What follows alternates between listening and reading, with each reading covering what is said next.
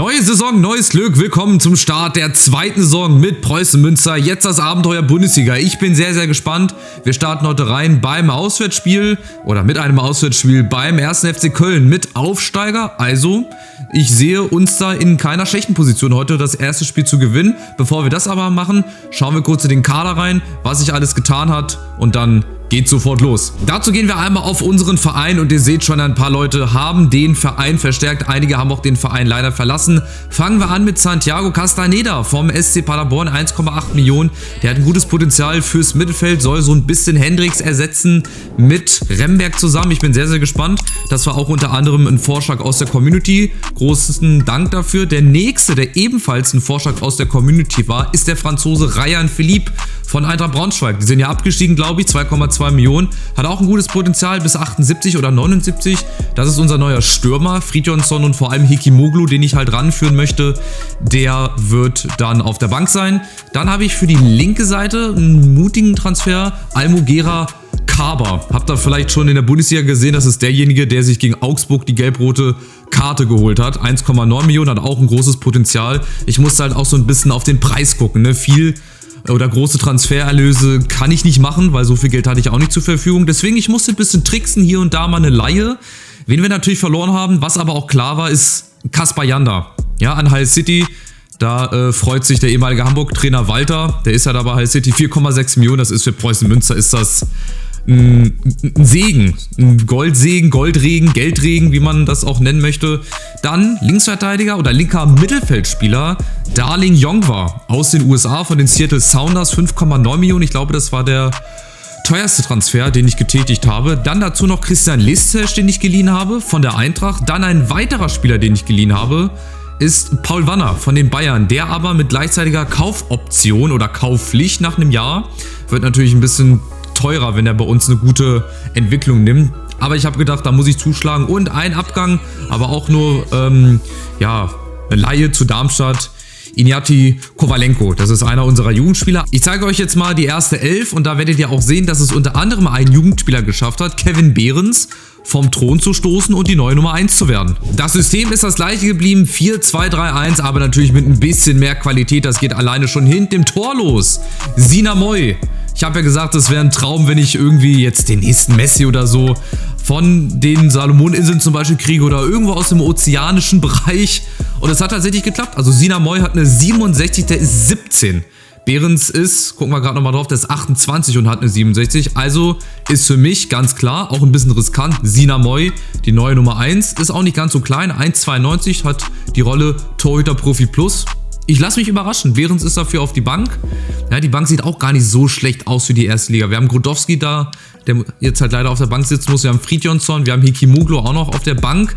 Wir haben aber eine richtig geile Startelf. Wie gesagt, Kaba, linke Seite, Partov und Namdi Collins bilden das Innenverteidiger-Duo. Ter Horst, rechte Seite. Da muss ich mal gucken, vielleicht fällt noch einer am Deadline-Day vom Laster. Dann die Doppelsechs mit Castaneda und mit Remberg, bin ich auch sehr, sehr gespannt. Und dann vorne die neuen furchtlosen 4. Die haben alle über eine 70. Yongwa, Listes, vorne Ryan Philippe und rechts Wanner. Da bin ich sehr, sehr gespannt, wie viel Geld ich dafür bezahlen muss nächste Saison. Den habe ich, wie gesagt, mit Kaufpflicht geholt. Eine Einjahresleihe erstmal, um zu gucken, wie er sich entwickelt. Aber ich bin sehr, sehr gespannt. Ich bin sehr, sehr gehypt. Das war die Mannschaft, das waren die neuen Transfers. Jetzt gehen wir aber rein ins erste Bundesligaspiel nach langer, langer Zeit mit unseren neuen Trikots. Es fühlt sich immer noch so ein bisschen an wie im Traum, muss ich sagen. Wir spielen jetzt wieder gegen den 1. FC Köln, aber wir spielen Bundesliga. Bundesliga-Logo, erster Spieltag. Ich bin sehr, sehr gespannt. Ich freue mich einfach. Ich bin sehr, sehr gespannt. Ich freue mich, was ihr gleich zu den neuen Auswärtstrikots sagt. Die werdet ihr nämlich jetzt gleich sehen in Aktion. Da sind sie nämlich, die neuen Auswärtstrikots. Ich glaube, das hat auch beim Voting ganz klar gewonnen. Auch das neue Heimtrikot, was dann hoffentlich im nächsten Part zu sehen sein wird. Ich finde es sehr schön gemacht. Also ich kannte mich ja mit diesem FIFA-Editor-Dingsbums nicht so ganz aus. Deswegen bin ich froh, dass auch die Kölner mit den Einlaufkindern, die natürlich auch Preußen-Münster-Trikot anhaben. Was ein bisschen unlogisch ist. Na, vielleicht haben unsere dann Trikots vom 1. FC Köln. Ah ja, so ist es. Also genau verkehrte Welt. Also es ist schön. Mir gefällt's. Schreibt es mal in die Kommentare. Und wie gesagt, im nächsten Part gibt es dann das neue Heimtrikot zu bewundern. So, wir starten rein. Offensiv. Und ich bin gespannt, wie wir hier reinstarten und wie sich die neuen Spieler spielen lassen. Natürlich muss ich das jetzt erstmal wieder finden. Und ich bin auch gespannt, was die Kölner machen. Die haben einen Linksverteidiger, den hätte ich mir halt auch gerne geholt. Wenn wir nochmal den Namen sehen. Nee, Waldschmidt ist es nicht. Der war auf jeden Fall auch sehr, sehr stark. Der hat auch, glaube ich, schon eine 77 gehabt. Der ist auch 17 oder 18 hohen Marktwert. Ganz hohe Freigabesumme. Von daher war der leider nicht zu bezahlen. Aber das wäre auch jemand gewesen. Naja, jetzt haben wir Kaba vom BVB, der auch ein gutes Potenzial hat. Und danach muss ich halt gucken, ne? Nach Leuten, die nicht so viel Geld kosten, womöglich noch bezahlbar sind und dann halt auch ein hohes Potenzial haben. Und den haben wir auf jeden Fall hier.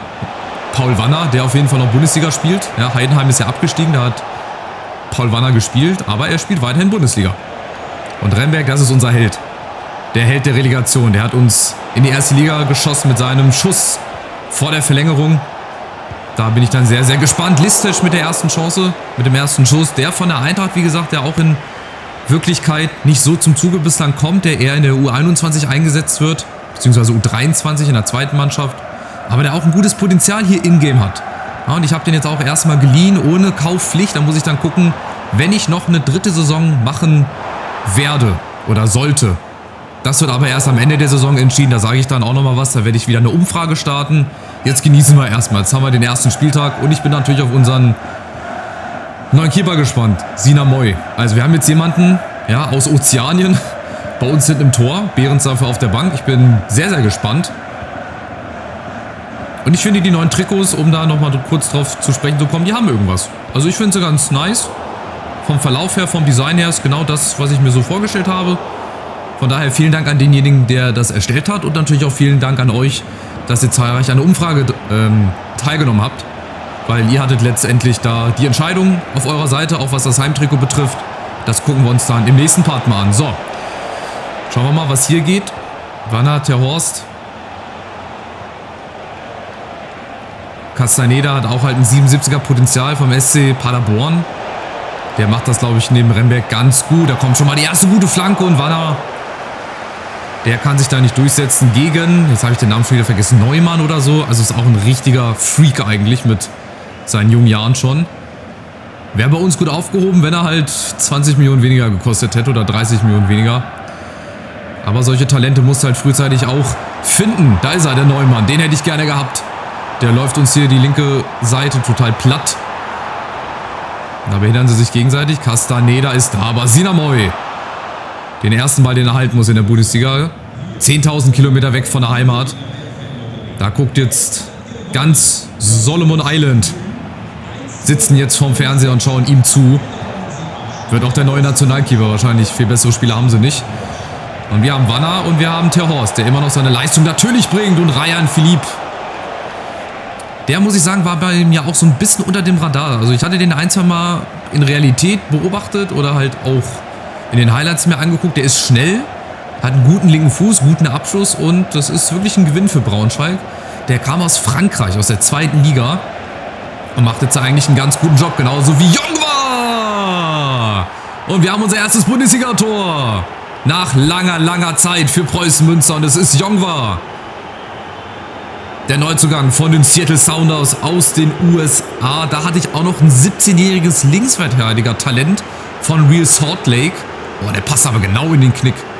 Da war aber das Problem, dass man über den bei SoFIFA, also das ist ja die Seite, wo ich mir immer dann verschiedene Talente raussuche, da habe ich nichts gefunden. Und ich hatte so die Besorgnis, dass 74 quasi seine Endgesamtbewertung ist und einfach kein Potenzial hat. Und ich habe über den nichts weiter gefunden.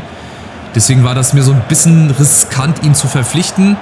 Vielleicht hole ich ihn mir einfach doch noch. So einfach als Ersatz auch für Kaba. Der hat nämlich auch schon eine 74. Und der ist gerade 17. Also wir haben schon hier ein großes, großes Potenzial. Oh, im gesamten Kader. Und wir haben das zweite Tor. Und es ist Ryan Philippe. Ja, schönes Trikot. Ryan Philippe, zweiter Neuzugang, zweiter Treffer, schöne Flanke von Ter Horst. Und dann ist es Ryan Philippe, der nicht nur mit dem linken Fuß ganz gut ist, sondern offensichtlich auch mit dem Kopf. Ich glaube, mit dem Fuß hat er eher so seine Stärken. 2:0. Anders als in der zweiten Liga, wo wir in Köln ja eigentlich gut mitgespielt haben, aber auch dann 1:0 verloren haben durch Waldschmidt, sieht das hier schon ganz anders aus. Eine ganz, ganz wilde Nummer. Aber die Kölner sind natürlich noch nicht geschlagen. Haben die Collins. Achtung, die erste Chance. Abseits. Abseits, abseits, abseits. So schnell hätte es gehen können. Ja, feier dich. Steffen Tigges, kannst du mal wieder runterkommen. Aber auch da. Und wer war's? Neumann. Den muss ich auf jeden Fall auf dem Zettel haben. Aber den werde ich mir nicht leisten können. Der wird jetzt noch mehr Geld kosten wahrscheinlich. Nächste Saison. Den werde ich mir leider nicht holen können. Da habe ich es leider verpasst. Da habe ich es leider verpasst, mir den rechtzeitig zu holen. Aber gut, damit kann ich nicht rechnen. Dafür habe ich aber andere Spieler, die, glaube ich, der Mannschaft ganz gut tun werden. Und was noch passiert ist, ich habe einen Scout nach Spanien geschickt, wollte mir den Bericht anschauen. Und das geht einfach nicht. Ich werde euch das nach dem Spiel mal zeigen, wenn ich die Chance dazu habe. Aber ja, es ging einfach nicht. Warum auch immer. War wieder irgendein Bug wahrscheinlich. Das Spiel ist ja auch noch nicht ganz fertig. Listesch, nächste Chance. Wieder Ryan Philipp, wieder Tor. Aber auch hier abseits. Und auch hier war es, glaube ich, ganz klar und deutlich. Auch hier war es ganz klar und deutlich. Hier sehen wir nochmal Listesch. Und dann ist ja Philipp ganz klar im Abseits. Also es läuft. Ich bin zufrieden mit der Mannschaft, mit dem Kader. Läuft natürlich nicht immer so gut. Ne? Ich bin gespannt, wenn wir dann gegen die Großen spielen. Gegen Dortmund, gegen Bayern, gegen Leverkusen, gegen Leipzig. Wie es dann laufen wird. Die Kamera muss ich auch nochmal umstellen. Da habe ich, glaube ich, wegen der Weekend League was ausprobiert. Auf jeden Fall muss ich die wieder umändern. Ne? Wir hatten ja mal eine andere Kamera. Die werde ich dann wieder umstellen. So, nächste Chance. Jongwa. Kaba läuft durch. Oh, das geht viel zu einfach. Das geht viel zu schnell für die Kölner. Und wieder Ryan Philipp. Der schon fast seinen Doppelpack in der ersten Halbzeit schnürt. Also 2:0. Einen besseren Auftakt hätte ich mir gar nicht wünschen können. Neues Thumbnail natürlich auch dazu. Fällt mir gerade spontan ein. Schreibt es mal gerne in die Kommentare, wie euch das so gefällt. Also ich bin sehr, sehr gespannt. Ich freue mich, dass wir in der Bundesliga spielen. 7:1 Schüsse. Und wir haben auch noch ein bisschen Qualität auf der Bank. Wir können auch theoretisch hier mal wechseln, dass Jongwa Linksverteidiger spielt. Kaba kann nämlich auch im linken Mittelfeld spielen. Da hätten wir dann noch Brodowski, wir hätten Rogoff noch, Schneider, auch ein Jungspund, Fridjonsson, Hekimoglu. Also wir haben schon für unsere Verhältnisse, ich tausche jetzt einfach mal die Position, mal gucken, wie sich Jongwa als Linksverteidiger macht. Wir haben auch für unsere Verhältnisse gute Qualität auf der Bank. Natürlich nicht zu vergleichen mit den anderen Kadern, aber wir sind Aufsteiger. Ja, ich denke schon wieder groß, weil ich will auch ein bisschen was hier erreichen, aber ich lasse mal die Saison auf mich zukommen. Nach 5 bis 6 Spielen gucken wir mal, wie es läuft, wo wir stehen. Und dann können wir ja immer noch mal gucken und unsere Ziele neu definieren. Also wir haben, glaube ich, als Ziel vom Vorstand bekommen, dass wir natürlich nicht absteigen und dass wir das Achtelfinale des DFB-Pokals erreichen. Da bin ich auch sehr, sehr gespannt, wie das laufen wird. Aber jetzt machen wir erstmal hier hoffentlich eine gute zweite Halbzeit, holen die ersten 3 Punkte und dann gucken wir auch mal gemeinsam auf den Spielplan. Also wir haben noch so viele Sachen, die wir gleich noch besprechen müssen und wo wir nochmal nachschauen. Dann war gar keine Zeit, das Video hier zu beenden. Paul Wanner, Terhorst, die neue starke rechte Seite, hoffe ich. Mal gucken, Paul Wanner hat halt auch schon eine 72. Oh, eine überragende Flanke und wieder Philipp. Und Schwebe an die Latte. Der hätte es auch schon zum 3. Mal klingeln können. Wanner, gucken wir mal. Linker Fuß. Der wird auch noch die ein oder andere Vorlage geben, das ein oder andere wichtige Tor schießen. Also wir haben, ich kann es nur nochmal betonen, eine richtig, richtig gute Mannschaft. Junge Mannschaft mit viel Potenzial, viel Qualität. Und auch noch auf der Bank. Ne? Ich sag nur Hekimoglu. Der das auf jeden Fall hoffentlich auch ganz gut machen wird in der Saison. Und das kommt uns, glaube ich, ganz gut hier, dass wir gleich mal gegen den Aufsteiger spielen, die vielleicht auch noch nicht so ganz drin sind in der Saison. Dass so ein 50-50-Spiel ist, wo wir momentan einfach die Nase Gott sei Dank vorne haben. Das kann im nächsten Spiel schon wieder ganz anders aussehen. Aber wer weiß, mal gucken. Remberg, Jongwa ist halt auch schnell, darauf setze ich. Schnelle Spieler, entwicklungsfähige Spieler, die brauche ich. Und Wanner, schade, wenn er da auf Philipp abgelegt bekommt, dann wird das eine große Chance zum 3:0. Ja, und die Kölner, anders als bei dem Spiel in der Zweitliga gegen uns, denen fällt nichts so wirklich ein. Ein Absatztor haben sie dann doch gemacht. Aber ansonsten ist das sehr, sehr dürftig. Gut für uns. Also ich muss das jetzt nicht haben, dass sie hier nochmal aufdrehen oder dass sie überhaupt aufdrehen. Dürfen sie dann gerne in den 33 anderen Spielen machen. Außer im Rückspiel, also 32 weiteren Spiele. Ja, wir stehen wirklich gut. Also den Kölnern fällt nicht so recht was ein. Wir stehen mit unserer Abseitslinie oder beziehungsweise mit unserer Verteidigerlinie auch richtig gut. Jongwa gegen Van Ewig. Scheint auch so ein Jungspund zu sein. Schneller Mann, Achtung. Oh, jetzt muss einer rauf. Jetzt muss einer rauf und Jongwa ist da. Perfekt. So, jetzt machen wir das mal. Jetzt drehen wir hier den Spieß mal um. Wenn die Gegner immer mit den Füßen dazwischen sind, dann können wir das auch. Richtig gute Grätsche, richtig gut gemacht. Castaneda, es ist auch immer einer frei. Das ist sehr, sehr schön. Bietet sich immer einer mit an. Oben vielleicht jetzt mal Überzahl. Kaba, Jongwa hat jetzt Platz. Und jetzt, komm, ist deine linke Seite. Gute Flanke jetzt rein. Ja, zu nah auf den ersten Pfosten. Wir können noch mal wechseln. Das ist jetzt Team oder never change a running system. Aber auch die werden wir brauchen. Ja, wir haben dann auch Pokal, englische Woche, müssen wir auch durchwechseln. Und vielleicht kriegen wir noch mal einen oder anderen Jugendspieler hochgezogen oder noch mal den einen oder anderen auf dem Transfermarkt gesichtet. Da muss ich dann aber gucken, wie viel Geld ich habe. Ich glaube, ich habe nicht mehr so viel. Ich glaube, jetzt mit dem Transfer von, wer war jetzt der letzte? Jongwa, glaube ich, habe ich fast mein ganzes Budget aufgebraucht. Wir hatten aber auch nur 20 Millionen. Und dafür, dass wir nur 20 Millionen haben, haben wir, glaube ich, damit ganz gut was angefangen. Ja, abseits von Florian Kainz, das machen wir auch ganz gut. Also es läuft wirklich für uns. Und ich glaube, wir werden unser erstes Bundesligaspiel nach langer, langer Zeit mal wieder gewinnen.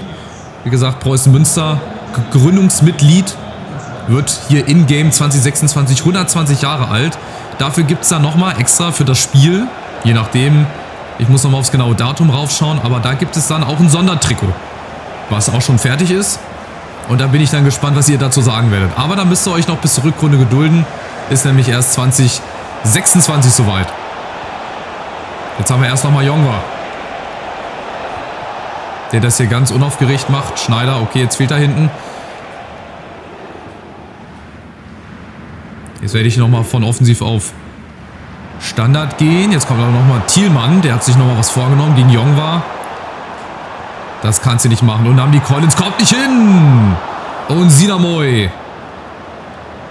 Da kannst du direkt mal ein paar Grußworte nach Hause in die Heimat schicken. Ey, wie gesagt, 10.000 Kilometer weg gefühlt von Deutschland. Macht der Junge das schon ganz gut. Unaufgeregt. Klar, er hat heute auch nicht so viel zu tun gehabt. Ich bin gespannt, wenn er mal wirklich ein bisschen was zu tun bekommt. Ein paar mehr Schüsse, wie er sich dann macht. Aber das war schon krass, ey. Mit 17 Jahren eine 67. Und das war ja auch mein großer Wunsch, dass wir aus diesen Regionen der Welt auch mal ein großes Talent bekommen. Ist jetzt nicht der neue Messi geworden, vielleicht der neue Manuel Neuer. Gucken wir mal. Also, wir gewinnen 2:0 beim 1. FC Köln. Unser erstes Bundesligaspiel, unser erster Bundesliga-Sieg. Und jetzt haben wir noch ein paar Sachen, die wir kurz abarbeiten. Und dann geht es auch schon im nächsten Part weiter mit Heimspiel Nummer 1 und Spieltag Nummer 2. Ein absolut verdienter Sieg und wir haben Wolfsburg als ersten Heimgegner. Okay, bin sehr, sehr gespannt. Jetzt haben wir erstmal hier eine Nachricht von Fridjonsson. Der wollte natürlich auch spielen, aber wird schwer. Jetzt, wo Ryan Philipp da ist, der hat sich natürlich auch ein bisschen mehr erhofft. Hier, den Bug, den zeige ich euch. Wenn es jetzt funktioniert, dann ist das... Guck mal, ich wollte meine Jugendspieler mal ein bisschen begutachten, aber null. Geht nicht. Schade. Wahrscheinlich waren zu viele gute, dass das System überlastet ist, aber das ist halt auch wieder ein Bug. Ja, daran sieht man ja, dass das Spiel immer noch nicht so perfekt läuft. Vielleicht nochmal ein Gameplay-Update, nochmal ein weiterer Patch, vielleicht klappt es ja dann. Also ihr seht ja hier das neue Heimtrikot. Sieht auch ganz schön aus, wie ich finde. Das hat halt klar und deutlich gewonnen. Erinnert mich so ein bisschen an... Hatte Gladbach mal so Heimtrikots? Die hatten auch, glaube ich, mal so Querstreifen. Also ich finde es cool. Wie gesagt, richtig schön gemacht. Vielleicht kann man das ja dann für die Saison 26, 27 dann nochmal irgendwie hinbekommen. Je nachdem, mit welcher Mannschaft ich dann da spiele. Jetzt wollte ich euch auch nochmal, was wollte ich euch zeigen? Genau, ich muss nochmal im Büro hier bei den Finanzen gucken. Gut, wir haben jetzt 5 Millionen. Ob man da vielleicht nochmal einen Innenverteidiger holt oder vielleicht nochmal irgendwie einen zur Leihe mit Kaufoption. Aber ich muss bei Paul Wanner gucken. Der wird auch richtig viel Geld kosten nächstes Jahr. Da wird wahrscheinlich mein ganzes Transferbudget drauf gehen. Die Ziele zeige ich euch auch gleich nochmal. Und zwar hier Achtelfinale erreichen und den Abstieg vermeiden. Da sind wir aktuell Vierter. Erfolge Continental haben wir noch nicht. Nachwuchsentwicklung. Verpflichte 4 Spieler in der Jugendakademie für Torhüter, Verteidiger, Mittelfeld und Stürmer. Da war bislang 3 von 4. Und verpflichte innerhalb von 2 Saisons einen Jugendspieler für die Profimannschaft, setze sie in 10 Partien als Startspieler oder Einwechselspieler ein. Übrige Saisons 2. 17 Spieler hätten wir dafür, die dafür Teilnahme berechtigt sind. Müssten wir auch hinkriegen. So, dann erreiche 20 Spiele mit mindestens einem erzielten Tor. Wäre ganz gut, dann wäre das schon der halbe Klassenerhalt eventuell, vielleicht auch nicht. Und verkaufe 2 Spieler und verpflichte 2 Schlüsselspieler als Ersatz. Beende die Saison mit vollständig ausgegebenem Transferbudget. Also wir sollen sogar fast alles ausgeben. Da haben wir 3 von 4. 2 Spieler verkauft haben wir mit Janda und... Wer war es noch? Janda und irgendeiner war es noch. Ich kann mich jetzt nicht dran erinnern. Janda und irgendwer war es noch. Ich glaube ablösefrei. Und 2 Schlüsselspieler haben wir dazu bekommen. So, der erste Blick auf die Tabelle. Mal kurz raufgehuscht. 4. Platz. Champions League. Pfeift die Saisons ab. Gladbach wäre Meister. Bayern, Leipzig. Wie gesagt, das ist eine Momentaufnahme. Bochum. Hamburg ist auch mit aufgestiegen natürlich. Bin sehr, sehr gespannt. Leverkusen 15. Köln 16. Bremen 18. Nach 5 Spielen können wir mal gucken. Wolfsburg wird auch ein richtig, richtig schwerer Gegner. Wenn die so zu spielen sind wie in den letzten FIFA-Spielen, dann können wir uns da auf was gefasst machen. Also, das war's mit dem ersten Part für Liga 1. Ich bin sehr, sehr gespannt. Ich würde gerne mal eure Meinung wissen zu der Mannschaft, zu dem Kader. Schreibt mal unten rein, ob ihr noch irgendeinen Spieler verpflichtet haben wollt, der für 5 Millionen realisierbar ist. Vielleicht halt wirklich nochmal ein zweiter Innenverteidiger, ein Rechtsverteidiger. Ich bin gespannt auf eure Spieler, auf eure Meinung. Und jetzt verabschiede ich mich und ich hoffe, dass wir gegen Wolfsburg auch den ersten Heimsieg landen können. Warum nicht? Voll auf Angriff. Macht's gut, wir sehen uns. Ciao, ciao.